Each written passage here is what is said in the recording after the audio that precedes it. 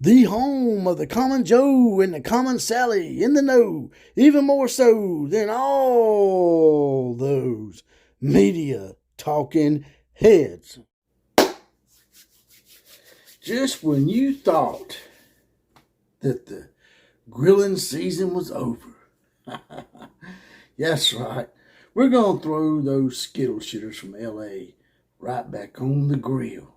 Because today, class, we're going to talk about what a mirage is and why Oklahoma's 6-6 season was rewarded more than USC's mirage of an 11-2 season out of the Puddin' Conference.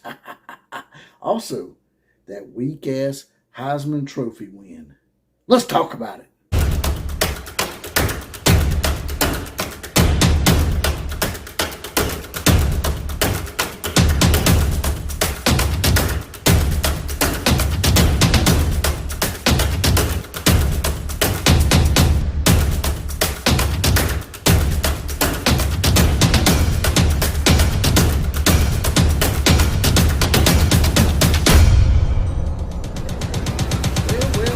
Go again, another episode of the OCF. That's me, JPC. The OCF stands for Outlaw of College Football. JPC stands for Jesse Paul Clark on Facebook, spelled Jesse without the I. People told me to bring that back, so I did. Also, on Twitter at OCF Productions. Now, something I forgot to mention in the lead up, for nostalgic purposes and because people have been requesting it, and so I don't have to continue to look it up and link it out. There was a rap video that I did in honor of those USC Skittle shitters and Lincoln Riley back in the day. So I'm going to link that in the description. If you want to check that out, if you want to check out a pretty funny rap video about those Skittle shitters, check it out. Now, getting right to it. It seems like a few USC fans are still running in there. But, you know, Oklahoma don't matter, right? But they come in there on my channel and they continue to talk about Oklahoma. This one guy in particular named Arturo Ocho. Sounds like a shitty-ass Transformer character or some shit. But they keep coming in there talking about Oklahoma. I'm like, I thought that y'all said that Lincoln Riley and USC lived rent-free in Oklahoma's mind. Yet y'all are the ones that continue to talk about Oklahoma. I really must have made an impactful impression upon the Skittle shitters in LA because they keep coming back for more. So, let me explain something to y'all about your little 11-2 season. It's what I call a mirage season. Sort of like when Larry Coker and Gene Chizik won their national championships. It's a house of cards, so to speak. Meanwhile, you got Brent Venables over here building a brick house that takes a little bit longer because he's building a strong foundation. Meanwhile, you got a house of cards over here at 11-2 because you basically gutted Oklahoma's program and went out and stole a bunch of players. And it wasn't on the up and up like he tried to claim, well, we just got players out of the transfer portal. No, you didn't. You lured those players over from Oklahoma, but we've already talked about that ad nauseum. But I got some notes here today to back me up here. Let's start with the bowl invitations. Everybody's like, wow, USC made a New Year's Six bowl. But what they don't tell you is they got sent to the shittiest New Year's Six bowl on the yearly list. Each year, one of those New Year's Six bowls has to cough up one of their spots to a charity case called the non-Power 5. Even if the non-Power 5 doesn't produce a top 10 team, which I think should be a requirement, if a non-Power 5 team is going to get into a New Year's Six bowl, you have to finish in the top 10, not the top 15 or the top 20 or whatever it is. So they got the charity case in Tulane. In Dallas, cold-ass Dallas. Now, of course, I think the Cotton Bowl is it being played at Jerry Jones now, or is it still at the old Cotton Bowl Stadium? I'm not sure. But if it's still at the old Cotton Bowl Stadium, it's sure enough a shitty invitation. I know because Alabama went there to play Texas Tech about 10 or 15 years ago, and it was horrible. But the weather in Dallas is, you know, this is a pop shot in late December, early January. So more than likely, it's going to be about, I'd say 20 to 40 degrees outside.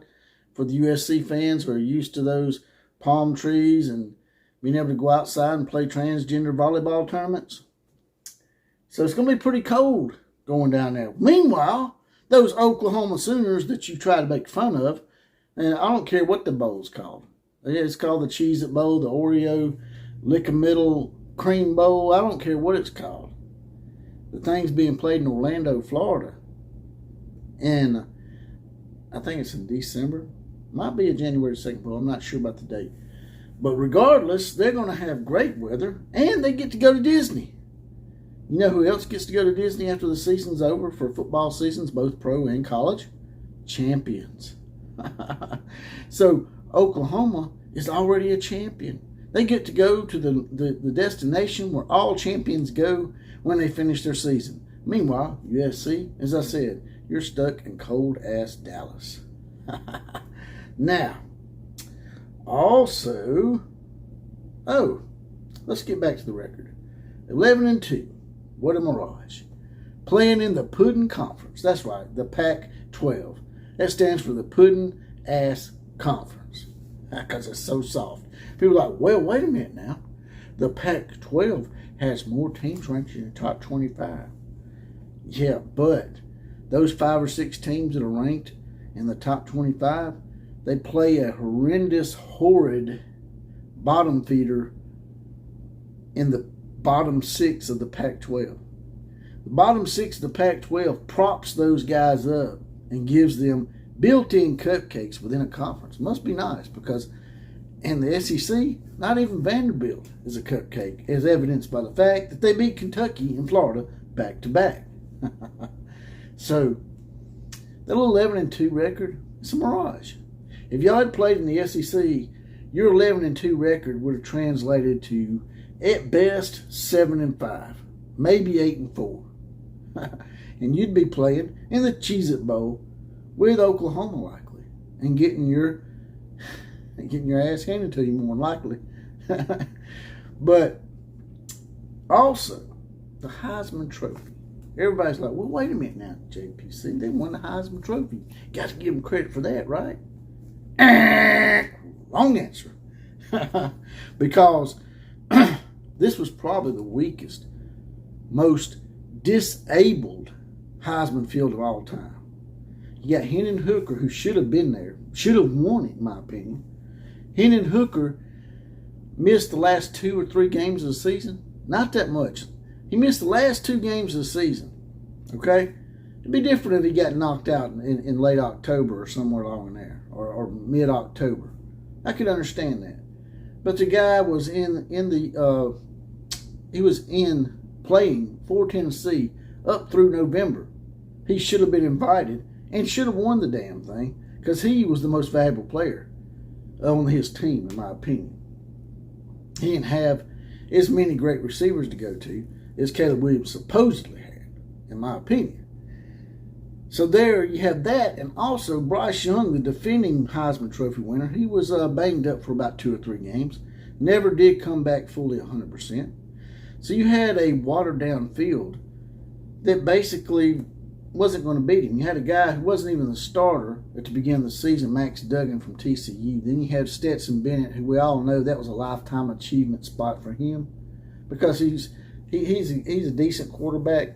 But as far as being an NFL quarterback, I just don't see that happening. And C.J. Stroud got blowed out at home by Michigan. You know that in that last game, they got blowed out by Michigan at home, that C.J. Stroud wasn't going to win the Heisman Trophy, no matter what he did. So your little Heisman Trophy win was watered down. Also, y'all go around bragging about, man, we got the most Heisman Trophies now of all time. Again, wrong answer. Because y'all only have 7. That should be a trivia question. We should have Jeopardy music playing or something, because how many Heisman Trophies does USC actually have, class? 8? Nope, it's 7. Because of that Cheat Pete era. That little meme that I got, I'll put that up. I'll put that up later. Hell, I might put it up right now. During the Cheat Pete era, when they were cheating their asses off, because a lot of people don't know this. They say the SEC is the most cheatingest teams in the NCAA, but actually, if you go to ncaa.org, USC has been on probation more times than any university in the history of the NCAA. And they were on probation then. And Reggie Bush's cheating ass got his trophy taken away. So y'all only got 7. So, yep, don't get that either, man. That's another one of them false narratives and mirages that these skittle shooters keep pushing out. Now, what else do we have here for USC? Surely they can beat Oklahoma in recruiting. They're 11-2, on the cusp of going to the playoffs and probably getting their ass blowed out. Luckily, they get to play Tulane, like I said earlier in the video. But tell them what else they got, Johnny. Tell us what else those Hollywood bunny humpers have. Well, absolutely nothing. Because they didn't beat Oklahoma in recruiting last year, and they didn't beat Oklahoma in recruiting this year thus far. Right now, Oklahoma has the 7th ranked class in the nation according to most reliable outlets. Meanwhile, you got USC floundering around at number 14 and number 16. They may drop some more before it's over with. Oklahoma has a few guys that have flipped from other teams that are considering Oklahoma. So Oklahoma may end up with a top 5 class for a 6-6 ball club. And yet y'all getting in here making fun of them because they went 6-6 in a year where they had 40 players gutted from them. They started the season gutted of 40 players. Meanwhile, USC is filching players left and right and putting together that house of cards that I spoke of. Meanwhile, Brent Venables, 40 players short, comes in, builds a team to his standards, and now he has guys transferring out. Sort of reminds you of the Nick Saban first year at Alabama, where he went 7-6. You come in, you can't make them all leave. You got to have bodies out there to compete. So you have to put up with a few of them. But after the season's over, you start weeding them out. And now with the transfer portal, as fluid as it is, and you're not having to sit out a year, you can get rid of these players a lot quicker. And that's exactly what Brent Venables has done in building the brick house and the foundation.